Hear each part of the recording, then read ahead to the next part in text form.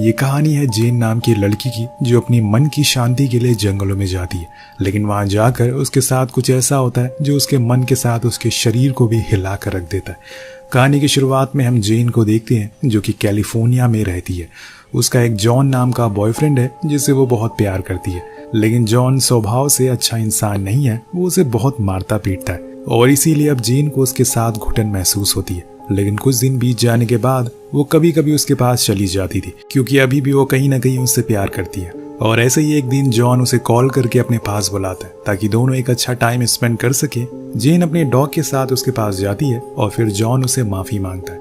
जो भी उसने पास में गलतियां करी वो सबके लिए शर्मिंदा है, उसके हर बर्ताव के लिए, और इसी तरह दोनों एक दूसरे के करीब आ जाते हैं। लेकिन तभी जेन अचानक से रुक जाती है। उसके दिमाग में कुछ आता है और वो खुद से कहती है कि नहीं, ये मैं गलत कर रही हूँ। अब वो वहां से जाने लगती है और ये देखकर जॉन के अंदर का गुस्सा जाग जाता है और जेन का गला पकड़कर उसे मारना शुरू कर देता है। लेकिन आखिरी समय पर वो भागकर दूसरे कमरे में चली जाती है, पर उसका डॉग अभी भी बाहर ही था और इसी का फायदा वो उठाते हुए कहता है कि अगर तुम बाहर नहीं आई तो मैं इसे मार दूंगा।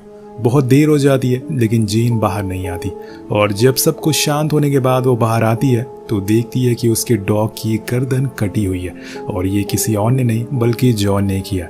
उसे देखकर जॉन वहां से जाता नहीं बल्कि उसे माफी मांगता है और कहता है कि मैं पहले जैसा नहीं रहा।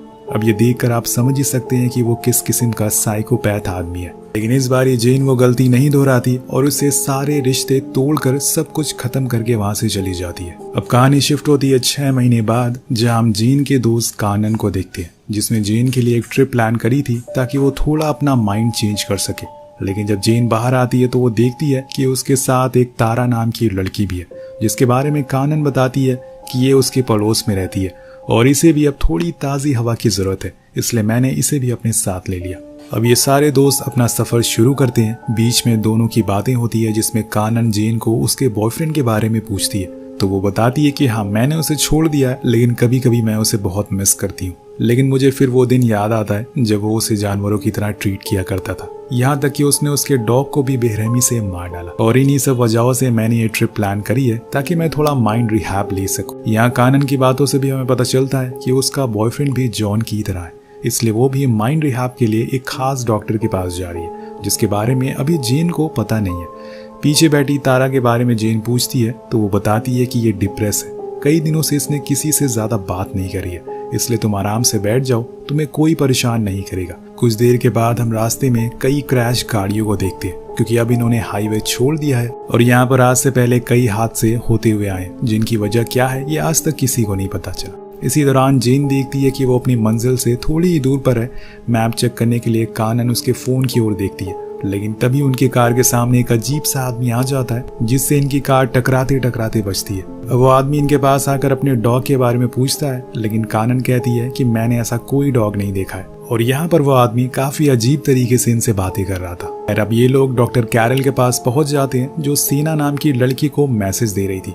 ये जेन को काफी कूल लगता है। इसके बाद कानन डॉक्टर से जेन का इंट्रो करवाती है और सीना आकर उसे अपने ग्रुप में इनवाइट करती है। बेसिकली डॉक्टर का एक ग्रुप है जो कि लोगों को रिहैब करवाता है, जो कि माइंड से परेशान है। इसके बाद ये लोग अब ट्रैक के लिए रेडी होने लगते हैं, क्योंकि इन्हें नीचे जाना है, जहाँ आज रात ये कैंप लगाकर उसमें गुजारा करेंगे। और धीरे धीरे इसी तरह से इनकी थेरेपी शुरू होगी, शोर शराबे से दूर। लेकिन इसमें बहुत सारे टर्न और ट्विस्ट आने वाले हैं, पर कोई आम नहीं बल्कि बहुत ही खतरनाक और डरावने। इसके बाद अब जेन नीचे जाने लगती है, जहाँ पर वो सीना से बात करने की कोशिश करती है, तो वो कहती है कि मैं एक साइकोपैथ हूँ, मुझसे दूर रहो। उसके इस बर्ताव से जेन थोड़ा अजीब फील करती है, लेकिन बाद में सीना हंसने लगती है, क्योंकि वो उसके साथ सिर्फ मजाक कर रही थी। असल में जब वो आर्मी में थी तो उसे एक मिशन पर भेजा गया था, और इस मिशन में उसके कई साथी भी उसके साथ थे। पर तभी दुश्मनों ने अचानक से उस पर हमला कर दिया, और इस हमले में वो तो बच गई, लेकिन जब उसने अपने साथियों को देखा तो उनके शरीर के कई हिस्से गायब हो चुके थे। और ये भयानक दृश्य देखकर वो बहुत ज्यादा डर गई। उसने कुछ दिनों बाद उसके एक दोस्त ने डॉक्टर कैरल के बारे में उसे बताया, और फिर वो यहाँ पर थेरेपी लेने के लिए आ गई। ऐसे ही ये लोग आगे बढ़ते हैं, पर तभी इन्हें एक पेड़ पर एक कैमरा लटका हुआ मिलता है, जिसके ऊपर खून लगा हुआ था। ये देखकर जेन बहुत ज्यादा डर जाती है, लेकिन तभी तो सीना आकर बताती है कि ये शायद किसी इंसान का होगा, जो यहाँ घूमने या फिर थेरेपी के लिए आया होगा। लेकिन तभी उस पर जानवरों ने हमला कर दिया और उसका खून इस पर लग गया। लेकिन तुम लोगों को घबराने की जरूरत नहीं है, जानवर अभी पहाड़ी के दूसरी ओर है और हमें बिना रुके आगे बढ़ना होगा। लेकिन यहाँ हमें एक और चीज़ नोटिस करनी होगी, जब से कहानी शुरू हुई है जेन को डॉक्टर कैरल का बर्ताव कुछ ठीक सा नहीं लग रहा है। वो बहुत ही बहकी बहकी सी बातें कर रही है। अब पूरा दिन चलने के बाद रात हो जाती है और ये लोग वहीं पर अपना कैंप लगा लेते हैं। यहाँ देर रात हम किसी अजीब सी चीज को एक गुफा से उठते हुए देखते हैं जो शायद अभी तक किसी की राह देख रहा था और अब उसका इंतजार खत्म हुआ है। सुबह होती है और ये लोग फिर से ट्रक के लिए निकल जाते हैं, पर कुछ दूर जाने के बाद जेन को कुछ आवाज आती है जिसे वो थोड़ा अनकंफर्टेबल महसूस करती है, लेकिन वो उसे इग्नोर करके आगे बढ़ जाती है। इसके बाद ये लोग एक नदी के पास पहुंचते हैं जहाँ का पानी बहुत ही गंदा था और वो बहुत ही बुरा स्मेल कर रहा था। उसकी ऊपरी सतह पर शायद किसी तरह का लिक्विड भी बह रहा था। ये देखकर कैनन को थोड़ा अजीब लगता है, लेकिन सेना और डॉक्टर कहते हैं कि ये जगह चारों ओर बहुत सारे तालाबों से भरी पड़ी है। ये सब चीज यहाँ पर आम बात है। इसके बाद उनकी पहली एक्सरसाइज शुरू होती है और ये थी ट्रस्ट एक्सरसाइज, और इसमें इन्हें अपने पार्टनर की आंख पर पट्टी बांधकर अपने बताए हुए रास्ते पर चलवाना था। उधर तारा भी सेना के साथ ही आगे बढ़ रही थी, लेकिन वो उसे बीच बीच में डराना शुरू कर देती है जिससे कि वो नाराज हो जाती है और वहां से अकेले दूर चली जाती है। इधर ये दोनों मौज मस्ती में इस चीज को एंजॉय कर रहे थे, लेकिन तभी जेन को फिर से वही आवाज सुनाई देती है जो कि थोड़ी देर पहले आई थी। अब इसे वो जल्दबाजी में अपनी पट्टी को हटा देती है और कैनन से पूछती है कि क्या तुम्हें कोई आवाज सुनाई दी, तो वो मना कर देती है। पर यहाँ पे जेन को पूरा यकीन था, इसलिए वो डॉक्टर के पास जाती है और उन्हें इस आवाज के बारे में बताती है। वो कहती है कि अभी तक तुम अपने अतीत से बाहर नहीं निकली हो और जब भी तुम अपनी आंखें बंद कर रही हो तब तुम्हें वो आवाजें सुनाई दे रही है।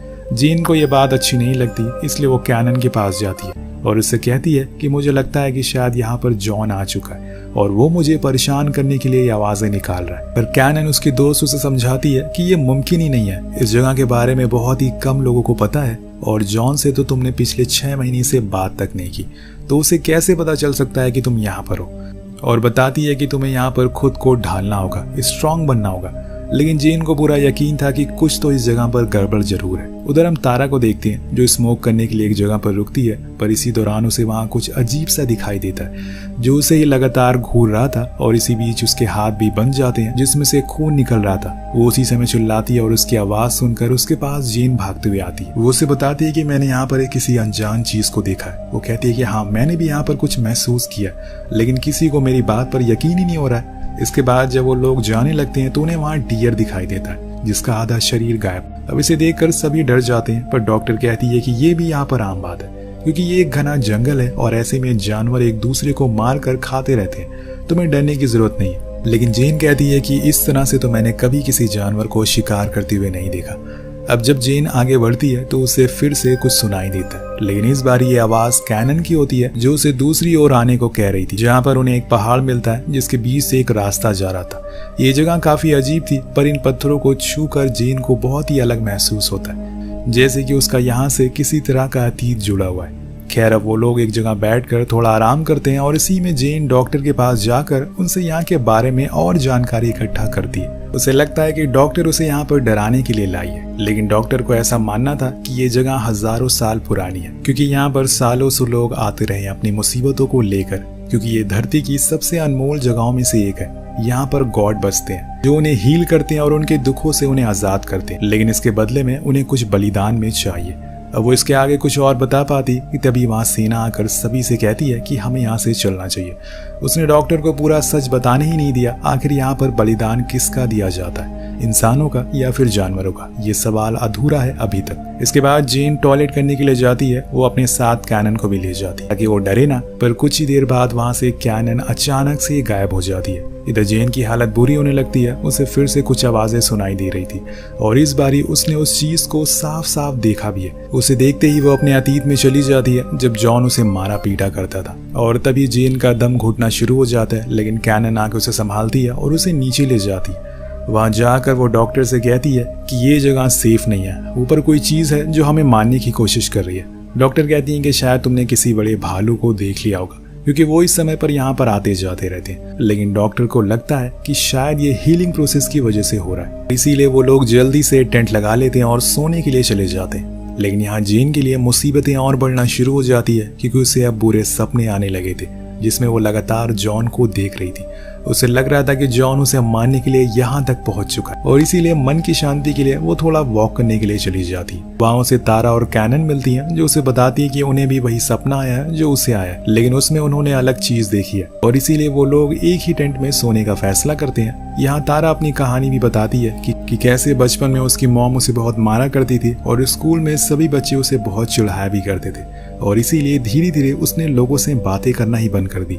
वो पूरी तरह से आइसोलेटेड हो गई, लेकिन उसके दोस्त उसे समझाते हैं कि ऐसा नहीं है, तुम ठीक हो जाओगी। अब सभी एक साथ टेंट में सो जाते हैं। अब सेना सभी को सुबह उठाती है, लेकिन जेन देखती है कि वहां पर तारा नहीं है, इसलिए वो बाहर आकर डॉक्टर से ये बात बताती है। सभी को लगता है कि शायद वो अपना सामान लेकर यहाँ से चली गई होगी, लेकिन तभी उन्हें तारा की आवाज आती है तो डॉक्टर कहती है कि तुम लोग यहीं पर रुको, मैं उसे लेकर आती हूँ। वो पहाड़ पर चढ़ती हैं, पर तभी उनके सामने कुछ बहुत ही भयानक चीज दिखती है जो उनके ही अतीत से जुड़ा हुआ था और अचानक से उनकी चीखने की आवाज आती है, जिसे सुनकर ये तीनों फौरन ऊपर जाते हैं, लेकिन वहां उन्हें बस चारों ओर खून ही दिखाई देता है। इसलिए सेना फैसला करती है कि वो और ऊपर जाएगी। वो थोड़ा और चढ़ती है और उसे वहां पर डॉक्टर का कटा हुआ पैर दिखता है। ये देखकर वो अपने पास्ट की बातों को याद करना शुरू कर देती है जब उसके साथियों के ऐसे ही कटे हुए शरीर इधर उधर पड़े हुए थे। वो चीखना चिल्लाना शुरू करती है और इतना ज्यादा डर जाती है कि खुद उस पहाड़ी से कूद कर जान दे देती है। जब ये दोनों नीचे जाकर देखते हैं तो वहां पर उसकी बॉडी नहीं थी, यानी कि जेन की बात सच है। यहाँ पर उनके अलावा कोई और भी है जो उन पर नजर रख रहा है और ये लोग डरते हुए आगे जाते हैं और वहां उन्हें एक गुफा दिखाई देती है जो कि बहुत पुरानी थी। शायद वो चीज जो लोगों को मार रही हो वो इसी के अंदर रहती होगी। दोनों अंदर जाते हैं तो वहां पर चारों ओर कई सारी लकड़ियां रखी हुई थी। कुछ और अंदर जाने पर उन्हें डॉक्टर मिलती है जो कि जख्मी हालत में थी, लेकिन तभी एक अनजान जीव आकर डॉक्टर को घसीटता हुआ अंदर ले जाता है। कानन उस जीव को देख लेती है जिससे कि उसकी पतलून गीली हो जाती है, इसलिए वो जेन से कहती है कि हमें यहाँ से चलना चाहिए। दरअसल दोस्तों ये एक अनजान जीव था जिसे यहाँ पर आने वाले लोग गॉड मानते थे, लेकिन समय के साथ ये जीव दानव बनता चला गया। अब वो लोगों को मार कर अपनी भूख मिटाता है। अब वहां से भागते हुए उन्हें तारा भी मिल जाती है और इसीलिए वो लोग उसे लेकर भागना शुरू कर देते हैं। कानन तो पानी में कूद जाती है पर इससे उसकी पैर की हड्डी टूट जाती है, लेकिन वो दोनों अभी भी ऊपर ही थे, इसीलिए वो उन्हें भी कूदने को कहती है। वो भी कूद जाती हैं, लेकिन वो क्रिएचर, वो जीव इनके पीछे अब इनके पड़ चुका था, तो ये पानी के नीचे कुछ लकड़ियों के बीच में छुप जाती हैं जिससे कि वो इन्हें देख ना पाए, पर वो इनके ऊपर ही था। अब तीनों एक दूसरे को समझा रही थी कि हमें डरना नहीं है, हमें कुछ नहीं होगा। तारा कहती है कि मैं बाहर जाकर उसे डिस्ट्रैक्ट करने की कोशिश करती हूँ। उसके साथ ही उसे मना करते हैं कि ऐसा मत करो, तुम मारी जाओगी, लेकिन तारा कहती है कि मैं वैसे भी बचने वाली नहीं हूँ क्योंकि मेरा खून बहुत बह चुका है, इसलिए बेहतर है कि तुम दोनों यहाँ से जल्दी से भाग जाओ। जिसके बाद वो बाहर निकल जाती है और तभी वो जीव आकर तारा को बहुत ही बेरहमी से मारना शुरू कर देता है। वो चीखती है, चिल्लाती है, लेकिन कोई कुछ कर नहीं सकता था। इधर ये लोग नदी से बाहर आ जाते हैं और उस नदी का पानी पूरा लाल हो चुका था। दोनों भागते हुए अपनी टेंट में आते हैं, लेकिन कानन के पैर में लगी चोट अब उसे तकलीफ देने लगी थी और इसे जल्दी ही कुछ करना होगा, और इसीलिए जैसे तैसे करके वो उस घाव पर टाके लगा देती है। इसी बीच वो उसे एक राज की बात भी बताती है जो उसने आज तक किसी को नहीं बताई। दरअसल यहाँ पर आने से पहले जॉन उससे मिलने के लिए आया था और वो फिर से उसे अपने साथ बुला रहा था, लेकिन इस बार वो वापस नहीं जाने वाली। उसने एक बर्तन से उसके सर पर हमला कर दिया जिससे कि वो ना जाने कैसे मर गया। ये सुनकर कैनन कहती है कि ये बस एक हादसा था, तुमने ये जानबूझकर नहीं किया, भूल जाओ जो भी हुआ। अभी हमें यहाँ से सिर्फ बाहर निकलना है, वो भी जिंदा। अब उन्हें बाहर तो निकलना ही पड़ेगा। यहाँ से बाहर जाने के लिए जैसे ही वो बाहर आती हैं, कानन को वो जीव खींच कर अपने साथ ले जाता है और ये जेन बस देखती रह जाती है। अब दोस्तों यहाँ पर उसके पास भागने का मौका था। अब दोस्तों यहाँ से उसे बचकर भागने का मौका मिल जाता है, लेकिन वो भागती नहीं है। वो अपनी दोस्त को बचाने के लिए फिर से उसी अंधेरी गुफा में जाती है और कानन को ढूंढना शुरू कर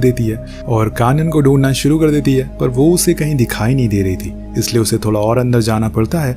उस जगह पर काफी अंधेरा था और जैसे ही वो रेंगती हुई आगे बढ़ती है, उसे एक इंसानी कटा हुआ सर दिखता है। जब वो उसे सीधा करती है तो वो असल में सेना का था और उसे देखकर उसकी दिल की धड़कनें रुक जाती है। थोड़ा सा और आगे जाने पर उसे वहां इंसानों के कंकाल भी मिलते हैं, यानी कि इसने बहुत से लोगों को मारा हुआ है। और तभी अचानक से उसके सामने वही जीव आकर खड़ा हो जाता है और उसके पीछे हम कानन को लकड़ियों के बीच फंसा हुआ देखते हैं। जेन उस जीव के करीब जाने लगती है, जिससे वो जीव भी जेन के करीब आने लगता है। अब यहाँ जेन को उस क्रिएचर के अंदर जॉन का अक्स दिखाई देता है। वो धीरे धीरे उसके करीब जाने लगती है और उधर कानन उसे यहाँ से जाने को बोल रही थी, लेकिन जैसे ही जेन उसके पास पहुंचती है, वो अपना चाकू उसकी आंखों में घुसा देती है और फिर उसके मुंह पर गैस स्प्रे कर देती है और आग लगा देती है। यहाँ हम पहली बार उस क्रिएचर को देख पाते हैं जो शायद किसी इंसान ही जैसा लग रहा है। अब उसे ना दिखने की वजह से वो आग में जलना शुरू हो जाता है और इसी का फायदा उठाकर ये दोनों फौरन वहां से बाहर आ जाती हैं और भागते हुए अपनी कार के पास आती हैं। उसमें बैठकर ये दोनों निकल जाती हैं। बीच में एक जगह रुककर दोनों एक दूसरे को थैंक यू कहती हैं। लेकिन अभी भी वो क्रिएचर मरा नहीं है क्योंकि वो बस जल रहा था। और इस कहानी में बहुत से ऐसे सवाल हैं जिनके जवाब हमें शायद पार्ट 2 में मिले, जो कि कुछ दिनों में रिलीज होने वाला है। सबसे बड़ा सवाल ये है कि ये क्रिएचर था कौन और ये कहाँ से आया था। आपको क्या लगता है कि ये क्रिएचर कौन था? नीचे कमेंट करके जरूर बताएगा। मिलते हैं अगली वीडियो में। Peace out.